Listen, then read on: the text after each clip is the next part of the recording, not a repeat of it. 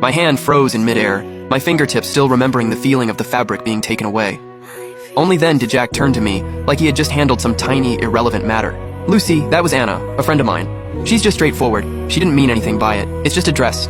We'll pick another one." I looked up at him through my thick lenses. "Why don't you just tell the truth? You said it suits her better." "Isn't that because you think my face doesn't deserve that dress or anything beautiful?" Jack clearly froze. He probably hadn't expected me to ask that, much less directly tear through this unspoken layer of politeness. He quickly adjusted his expression. A trace of helplessness entered his voice. "That's not what I meant. If I thought you didn't deserve it, why would I have married you in the first place?" "Exactly. Why? Because I was ugly in just the right way.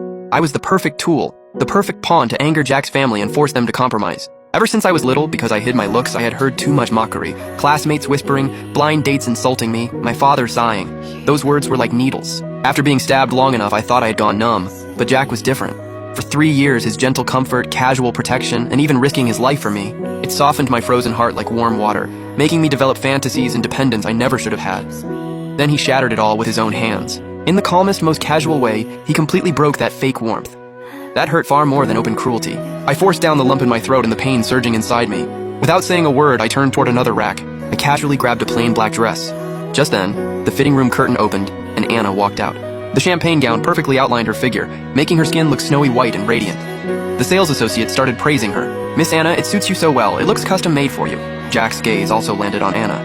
His eyes darkened, clearly reflecting her figure. In those usually cold eyes, a trace of love appeared. It was the love I had once searched for in his eyes, but he had never shown me. Though it flashed by quickly, I caught it. "Jack, does it look good?" Anna asked with a bright smile, her gaze drifting toward me as if by accident. "Yeah, it looks great." Jack nodded, his tone certain. Anna's smile grew even brighter. She walked over to Jack and naturally tucked a strand of hair behind her ear. "By the way, I heard tonight is Mrs. Jack's birthday party at Yuehua Hotel?" "Yes," Jack nodded. Anna looked at me with a proper smile. "I happen to be free tonight. Mrs. Jack, you don't mind if I come celebrate your birthday too, right?" Before I could speak, Jack had already answered. "Of course she doesn't mind. You're welcome to come." The top-floor banquet hall of Yuehua Hotel was brightly lit.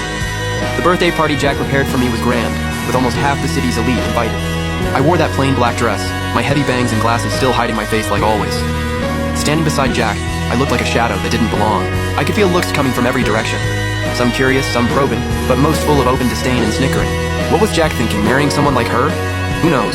Maybe he has unique taste. The faint whispers slipped into my ears. I kept my back straight and my face blank, as if I heard nothing. Not long after the banquet started, Jack gave me a gift in front of everyone, an expensive diamond necklace. When the velvet box opened, low gasps and envious murmurs spread around us. "Thank you." I took it, my voice flat. Anna arrived a little later. The moment she appeared, she drew everyone's attention, as if she were the real leading lady of the night. Anna walked up to me. "Sorry I'm late. I didn't have time to prepare a gift, so please don't mind, Mrs. Jack. I'll play a song for you as my birthday wish." Then she smiled at Jack. "Jack, I remember you're great at piano too. Why don't we play a duet together just to liven up Mrs. Jack's birthday?" Jack looked at Anna's expectant eyes, then glanced at silent me beside him. After a brief pause, he actually walked over. Their perfectly matched duet began. It was a four-hand version of Fiorelise. The man was cold and noble, the woman bright and charming. Together, they looked like a perfect painting. The whispers around us grew louder, and this time people barely bothered to hide them. Now that's a perfect match.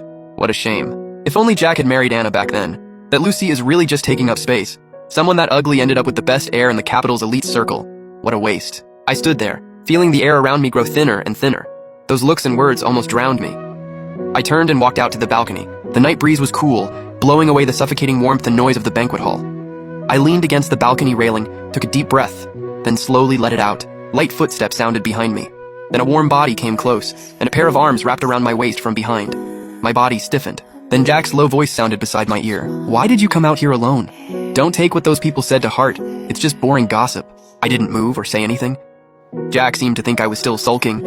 He gently rubbed his chin against the top of my head, softening his tone. "Lucy, I told you, you're good enough. You don't need to care what others think. As long as I like you, that's enough." "Like me?" I almost laughed out loud. What kind of like? The kind where he used me as a tool against his family, or the kind where I was just a prop for his undying love for Anna?